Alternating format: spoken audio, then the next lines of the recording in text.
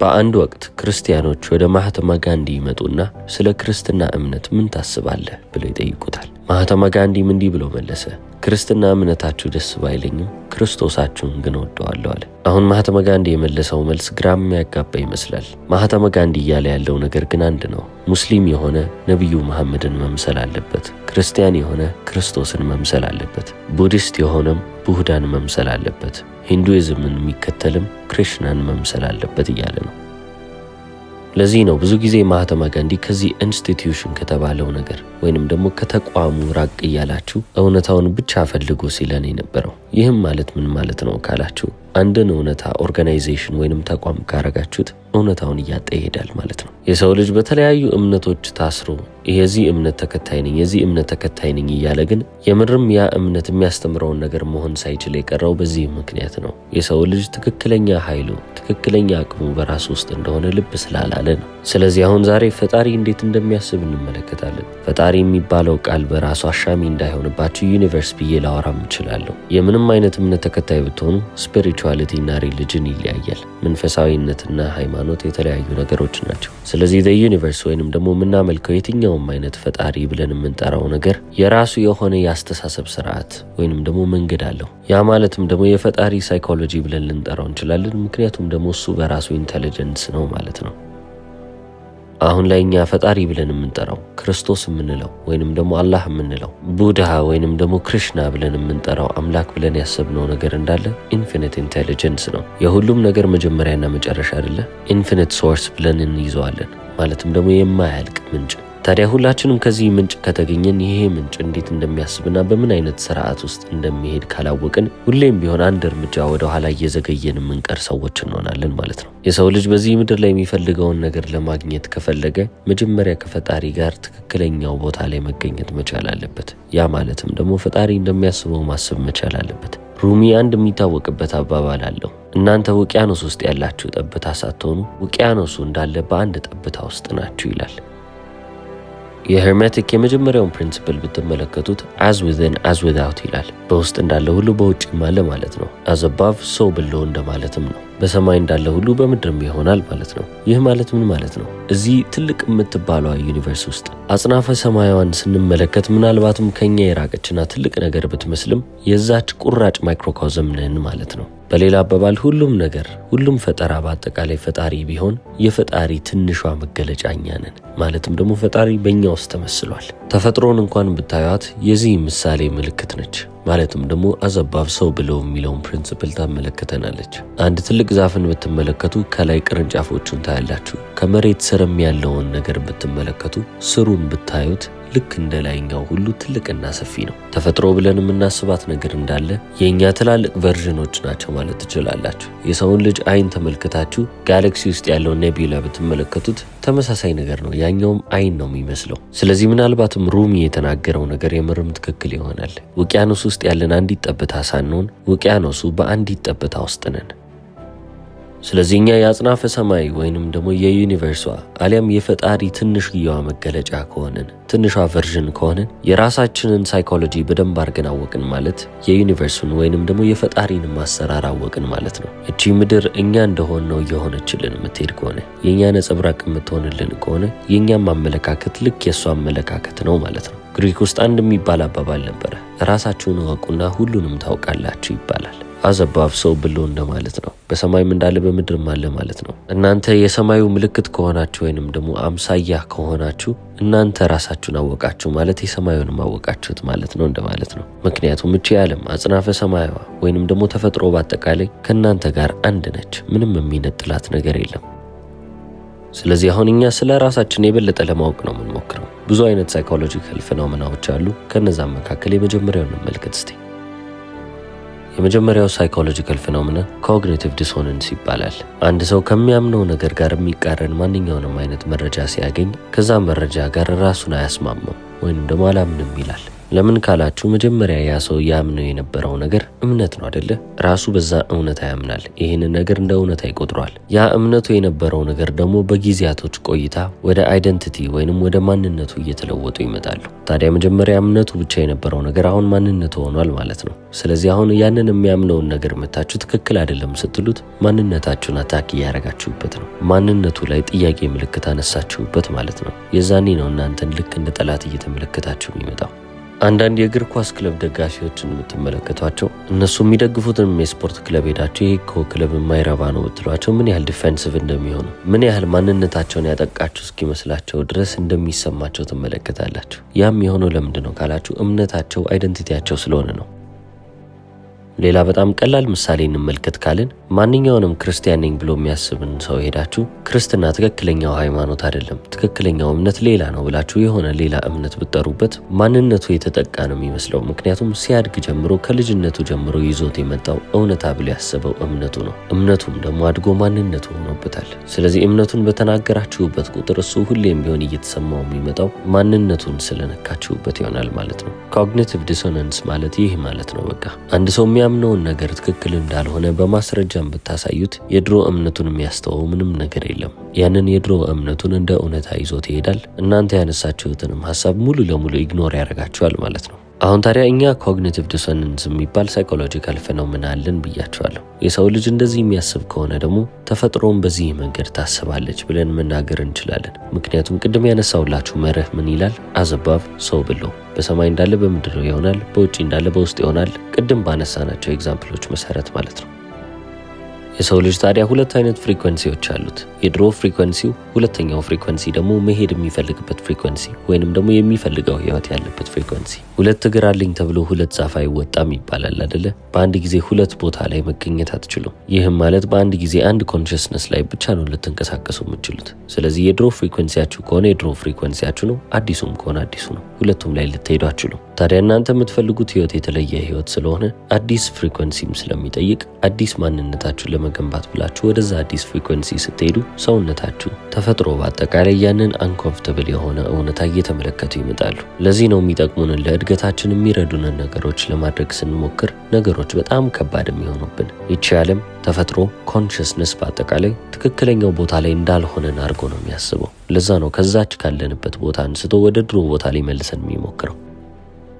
እኛ በምንሰራበት መንገድ ነው ተፈጥሮም እየሰራች የምትሄደው። ያ ማለትም ደግሞ ሁለት የተለያዩ ፍሪኩዌንሲዎች ላይ በተመሳሳይ ሰዓት ልንቆይ አንችልም። ሁለት እርስ በራሳቸው የሚጋጩ ሐሳቦች ካሉ አንዱን ሐሳብ ብቻ ነው ይዘን ልንቀመጥ የምንችለው እንጂ ሁለቱም ላይ ልንሄድ አንችልም ማለት ነው። ለዚህ ነው እንግዲህ እምነቶቻችን በጣም አስፈላጊ የሚባሉት ነገሮች የሆኑት። እምነት ማለት ምን ማለት ነው? ያመንኩባቸው ነገሮች ምንድናቸው ብላችሁ ማሰብ ከፈለጋችሁ ለዛ ነገር ተቃራኒ የሚባል ሐሳብ ሰው ቢያመጣባችሁ ስሜታዊ መሆን ስትጀምሩ ያ ነገር የእናንተ ብሊፍ ነበረ ማለት ነው። ሲጀመርም እናንተ እምነትን ልትይዙ አትችሉም። እምነቶቻችሁ ናቸው እናንተን ሊይዟችሁ የሚችሉት። የሰው ልጅ ሊጠቅመው የሚችለውንም ሊጎዳው የሚችለውንም እምነት ይዞ መሄድ ይችላል። ያ ማለት ግን የምርም የእምነቱ ባለቤት ሆነ ማለት ሳይሆን ተቀባይ ሆነ ማለት ነው። ተፈጥሮም ለዚህ ነው በሁለት አይነት መንገዶች ላይ ለመስራት የሚከብዳት። ሁለት አይነት ፍሪኩዌንሲ ያላችሁ ብያችኋለሁ። አንድ የድሮ ማንነታችሁ የነበረው፣ ሁለተኛው ፍሪኩዌንሲ ደግሞ አዲሱ ማንነቴ ብላችሁ ያዛችሁት ነው። ስለዚህ አሁን እዚህ በአዲሱ ፍሪኩዌንሲ ላይ ለመራመድ ስትሞክሩ በፊት የነበረውን ፍሪኩዌንሲ ተፈጥሮ ትመለከትና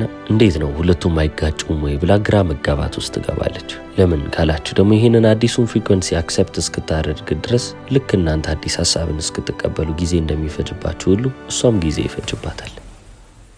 ስለዚህ በአንድ ሰው አመለካከትና አስተሳሰብ ውስጥ በጣም ዶሚናንት የሚባለው ወይንም ደግሞ ሙሉ ማንነቱን እያንቀሳቀሰ ያለው ሐሳብ የትኛው መሆኑን ማወቅ ከፈለጋችሁ በጣም ስሜታዊ ሊያረጋው የሚችለውን ርዕስ ማወቃችሁ በቂ ነው። ያ ስሜታዊ ያረገበት ሰብጀክት ወይንም ደግሞ ርዕሰ ጉዳይ የሱ ትልቁን ማንነት የያዘበት ነገር ነው። ስሜት የሚባለው ነገር ካነሳን ደግሞ ሰብኮንሺየስ የሚባል ነገር እንዳነሳን ቁጠሩት። ምክንያቱም ሰብኮንሺየስ ማይንድ የሚንቀሳቀሰው በስሜት ነው። በጸሎታችሁ ውስጥ ለፈጣሪ እኔ ጥሩ ነገር ይገባኛል፣ በጣም ጥሩ ሰው ነኝ፣ ብዙ ፋሚሊዎችን አስተዳድራለሁ፣ ብዙ ጥሩ ነገሮችን አደርጋለሁ፣ ስለዚህ ጥሩ ነገሮችን፣ ጥሩ ቤት፣ ጥሩ ገንዘብ፣ ጥሩ ገቢ፣ ጥሩ ኑሮ ያስፈልገኛል ብላችሁ እናንተ ባሰባችሁት በማስረጃ መሰረት ልታስቀምጡ ትችላላችሁ። ግን አሁንም ያንን ህይወት መኖር የከበዳችሁ ለምንድን ነው ካልን ፈጣሪ እያዳመጠው የሚሄደው የእናንተን ሞስት ዶሚናንት የተባለውን ሐሳብ ነው። ያ ማለትም ደግሞ ስሜታዊ የሆናችሁበትን ሐሳብ ይዞ ያንን ሐሳብ ነው እውነታ እያረገላችሁ የሚሄደው። እነዚህን ጥሩ ነገሮች ለራሳችሁ እየተመኛችሁ ብትሄዱም እንኳን ፈጣሪ ያንን ነገር ለእናንተ ሳይሰጣችሁ ይቀራል። ምክንያቱም ውስጣችሁ ሰብኮንሺየስ ማይንዳችሁ ውስጥ እኔማ መቼም ሀብታም መሆን ሰው አይደለሁም፣ ሁሌም ቢሆን ችግር አያጣኝም ወይንም ደግሞ የመሳሰሉት ሐሳቦች ታቁረው ቁጭ ብለውላችኋል። ስሜታችሁን የሚያዙት ደግሞ እነዛ ሐሳቦች ከሆኑ ምንም ያህል ነገር ብትሰሩ፣ ምንም ያህል ጥሩ የሚባል ውጤት ላምጣ ብላችሁ ብትለፉ፣ ምንም ያህል ኑሯችሁን ለመለወጥ ብትሰሩ ከሎጂካል ማይንዳችሁ የበለጠ ሰብኮንሺየስ ማይንዳችሁ የበለጠ እየሰራ ይሄዳል። ስለዚህ መቼም ቢሆን የምትፈልጉትን ነገር ሳታገኙ ትቀራላችሁ ማለት ነው። ጸሎታችሁ አልተሰማም በሉት። አሁን ግን ችግሩ እናንተ ጸሎት ብላችሁ የምታስቡት ነገር ልመናችሁ መሆኑ ነው። ልመናችሁ ሳይሆን ግን እምነታችሁ ነው ጸሎታችሁ። ያ ማለት ደግሞ እምነታችሁ ሁልጊዜም ቢሆን ኔጌቲቭ የሆነ ነገር ላይ እስከሆነ ድረስ የእምነታችሁን ውጤት እያገኛችሁ ነው ማለትም ደግሞ ጸሎታችሁ ተሰምቷል። እናንተ ግን የምትፈልጉት ነገር አይደለም ይሆንላችሁ። ምክንያቱም የምትፈልጉት ነገር ሐሳባችሁ ውስጥ ስሜታችሁ ውስጥም የለም።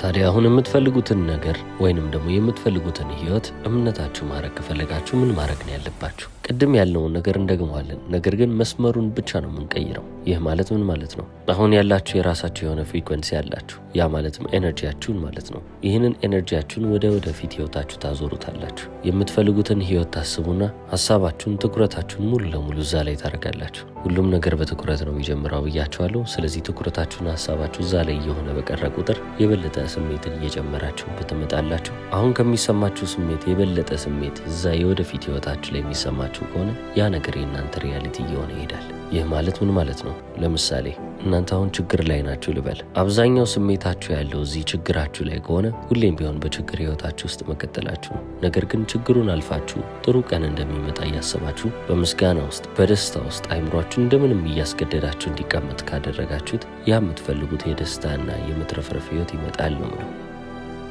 ታዲያ አሁን ብዙዎች የሚቸገሩት ይህንን ስሜት እንዴት ላምጣው ብለው በማሰባቸው ነው። በጣም ቀላል ነው። ስሜት የሚመጣው ለእናንተ ትርጉም ያለው ነገር ሲመጣባችሁ ብቻ ነው። አሁን ችግር ላይ ብትሆኑም በጣም አጥብቄ የምፈልገው ነገር ገንዘብ ነው ብትሉ ገንዘቡን ግን አትፈልጉትም። እርግጠኛ ነኝ ልጃችሁ ይሞትና ያንን የፈለጋችሁትን ገንዘብ ታገኛላችሁ ብትባሉ ገንዘቡ ጥንቅር ብሎ ይቅር ብላችሁ እንደምትመልሱ ምንም ጥርጥር የለኝም። ታዲያ አሁን ከገንዘቡ ወይንም ደግሞ ከምትፈልጉት ስራ ከምትፈልጉት ትዳር ውጪ ምንድነው ልብ የሚፈልገው ካላችሁ እነሱ ነገሮች የሚሰጧችሁ ስሜቶች ናቸው። ገንዘብ ማግኘታችሁ የሚሰጣችሁ የነጻነት ስሜት አለ። ገንዘብ እያላችሁ የምትዞሩት ነጻነቷን ፈልጋችሁ ነው። ገንዘብ ቢኖረኝ ኖሮ ከልጆቼ ጋር አሪፍ የሚባል ጊዜ ያሳልፍ ነበር ብላችሁ የምታስቡት ለዚህ ነው። የተሻለና አሪፍ ስራም የምትፈልጉት ለምንድነው ከተባለ አንደኛ ለገቢው ሊሆን ይችላል፣ ሁለተኛው ደግሞ በማህበረሰባችሁ ውስጥ ለሚሰጣችሁ ስምም ሊሆን ይችላል። ክብርን፣ ጥሩ ስምን ፈልጋችሁ ይሄንን ስራ ፈልገዋለሁ ልትሉ ትችላላችሁ። ትዳርን የምትፈልጉት ደግሞ ያ የመወደድ ስሜት እንዲሰማችሁ ፈልጋችሁ ሊሆን ይችላል። ስለዚህ ከፍላጎቶቻችሁ ሁሉ ጀርባ ትክክለኛ ትርጉሞች አሉ። እነዛን ትርጉሞች አውቃችሁ በዛ ትርጉም ውስጥ መኖር መቻል ነው። የዛኔ ስሜቱ ይመጣል። በጣም ብዙ ሰው የሚሸወደው እዚህ ነጥብ ላይ ነው። እኔ የምፈልገው ገንዘብ ነው፣ ገንዘብ ሲኖረኝ ደስተኛ ሆናለሁ ይላል። ነገር ግን መጀመሪያ ያ ገንዘብ እጁ ላይ እንዲገባ ያ ሰውዬ ደስተኛ መሆን መቻል አለበት። ስሜቱ 4 ዳይሜንሽናል ነው። ገንዘብ ካገኛችሁ በኋላ ሊሰማችሁ የሚችለውን ስሜት ገንዘቡ ሳይኖራችሁም ሊሰማችሁ እንደሚችል ማወቅ አለባችሁ። ስለዚህ ያንን ስሜት አሁን እናንተ ጋር ታረጉትና ገንዘቡ ደግሞ ተከታይ ሆኖ ወደ እናንተ ኪስ እንዲገባ ማድረግ በጣም ቀላል ነው። ያ በጣም አጥብቃችሁ ስትፈልጉ የነበረው ነገር ወደ እናንተ ህይወት ውስጥ ከመጣ በኋላ የሚሰጣችሁን ትርጉም መጀመሪያ የራሳችሁ ታረጉታላችሁ። መከበር ከፈለጋችሁ እንደተከበረ ሰው ስትሆኑ፣ ገንዘብ ካገኛችሁ በኋላ ደስተኛ ሆናለሁ ብላችሁ ያሰባችሁ ከሆነ አሁን ላይ ሆናችሁ ደስተኛ ስትሆኑ፣ ትዳር ሲይዝ የሚወደኝና የሚያፈቅረኝ ሰው ይኖራል ብላችሁ ካሰባችሁ ደግሞ አሁን ላይ ራሳችሁን የምትወዱና የምታፈቅሩ ሰዎች ከሆናችሁ ፍላጎታችሁ እዚች ምድር ላይ ከመድረሷ በፊት እናንተ መጀመሪያ ያንን ሰው ሆናችሁ ማለት ነው። እምነት አላችሁም የሚባለው በዚህ ጋር ነው። ጸሎታችሁም ይሰማላችሁም ደግሞ በእምነታችሁ መስመር ነው አላልኳችሁም? ስለዚህ ያመናችሁትን ትሆናላችሁ። የለመናችሁት ሁሉ ይሳካል ማለት ነው። አሁን ደግሞ ይሄ እምነት አንዴ መጥቷል። ስለዚህ ከዚህ እምነት በኋላ ምን ሊኖር ይችላል የሚለውን ነገር እንመልከተው። ኮንፈርሜሽን ባያስ የሚባል ነገር አለ። አንድ ሰው ላመነው ሐሳብ ላመነው ነገር ማረጋገጫን ይጠብቃል። አንድ ምሳሌ እናንሳ እስቲ። የሆነች ሴት ሁሉም ወንዶች ውሸታም ናቸው፣ ሁሉም ወንዶች ሌባ ናቸው ብላ ታምናለች ልበል። ታዲያ እቺ ሴት ሶሻል ሚዲያ ላይ ቁጭ ብላ ስክሮል ስታደርግ ደስተኛ የሚመስሉ ካፕሎችን ስታይ ወዲያውኑ ታልፋቸዋለች። ማለትም አይምሯ ይሄንን እንደ እውነት አይመዘግበውም። እምነቷን የሚደግፍ ነገር አይደለም። እሷ ሁሌ የምታስበው ነገር ወንዶች እንዳለ አታላይ ናቸው የሚለውን ሐሳብ ስለሆነ የተፋቱ ሰዎችን ስታገኝ ይሄው ያልኩሽ ነገር እውነት ነው እያለች እያረጋገጠች ታልፋለች። ኮንፈርሜሽን ባያስ ማለትም ደግሞ ይሄ ነው። እናንተ ላመናችሁት ነገር ብቻ ማረጋገጫ የሚመስልላችሁ ነገር ብቻ አይምሯችሁ እያጠራላችሁ ያመጣላችኋል። ሌላውን ነገር ልብ አትሉ። ያ ነገር ምንም ያህል ኦብቪየስ ቢሆን እንኳን የዛ የእምነታችሁ ተቃራኒ የሆነው ነገር ግልጽ እና በጣም ትክክለኛ የሆነ ነገር ቢሆን እንኳን አይናችሁን ጨፍናችሁ ነው የምትሄዱት። አላይም አልሰማም መስሚያዬ ጥጥ ነው እንደሚባለው አባባል ነው። በቃ ሁሉም ነገር እኔ እንዳሰብኩት እኔ እንዳመንኩት ብቻ ነው ብላችሁ ነው የምታምኑት። ዌስተርኖቹ seeing is believing ይላሉ አይደለ? ያ አይደለም ትክክለኛው። believing is seeing ነው። አንዴ ካመናችሁ በኋላ ነው ያመናችሁትን ነገር እያያችሁ የምትሄዱት። እምነታችሁ ደግሞ የእናንተን state of consciousness እያመላከተ ይሄዳል። እናንተ እውነታ ነው ብላችሁ የመዘገባችሁትን ነገር በዚህች ምድር ላይ ያያችሁም ትመጣላችሁ። ስለዚህ እናንተ የምትፈልጉትን እምነት በራሳችሁ ውስጥ ከጫናችሁ፣ የምትፈልጉትን ነገር እያመናችሁ ከመጣችሁ ያንን ነገር ብቻ ለማረጋገጥ ትሞክራላችሁ ማለት ነው። ጥሩ እምነት ከሆነ ጥሩ ማረጋገጫን እየሰበሰባችሁ ህይወታችሁን ታለመልማላችሁ። መጥፎ እምነትም ከሆነ ደግሞ እናንተ ራሳችሁን እያሰራችሁበት ትሄዳላችሁ። በዚህም አለበዚያ ፈጣሪ ልትወቅሱት አትችሉም። ምክንያቱም ሰሪውም አፍራሹም ራሳችሁ ናችኋል። እስከ መጨረሻው ስለተከታተላችሁ አመሰግናለሁ። ቻው።